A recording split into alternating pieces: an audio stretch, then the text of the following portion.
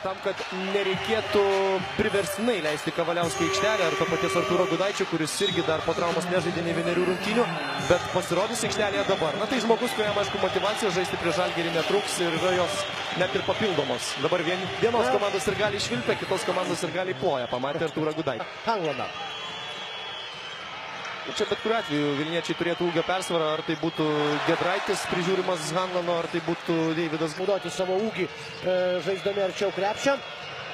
Ulanovo perdavimas ir Robertas Jeftokas pataiko sumriu pirmose rungtynėse. Šiandien irgi jis labai svarbus komandai. Pataiko smūgių ir jau turi įgijęs 4 taškų persvarą.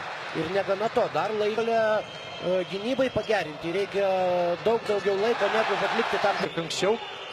Ir atrodo, Lekavičius sezono pradžioje buvo sunki, bet dabar ir jis vėl randa vietą komandoje. Kokį metimą pataiko Olivija Hanlanas. Viską, ką galėjo padarė Artūras Gudaitis. Buvo karių komanda, bet pataikyti galinčių žmonių tikrai netrūksta.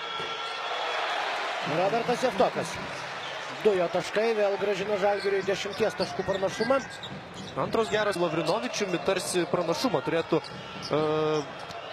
turėti brolis šioje situacijoje, bet Edgaras Ulanovas sugebėjo Lavrinovičių išstumti.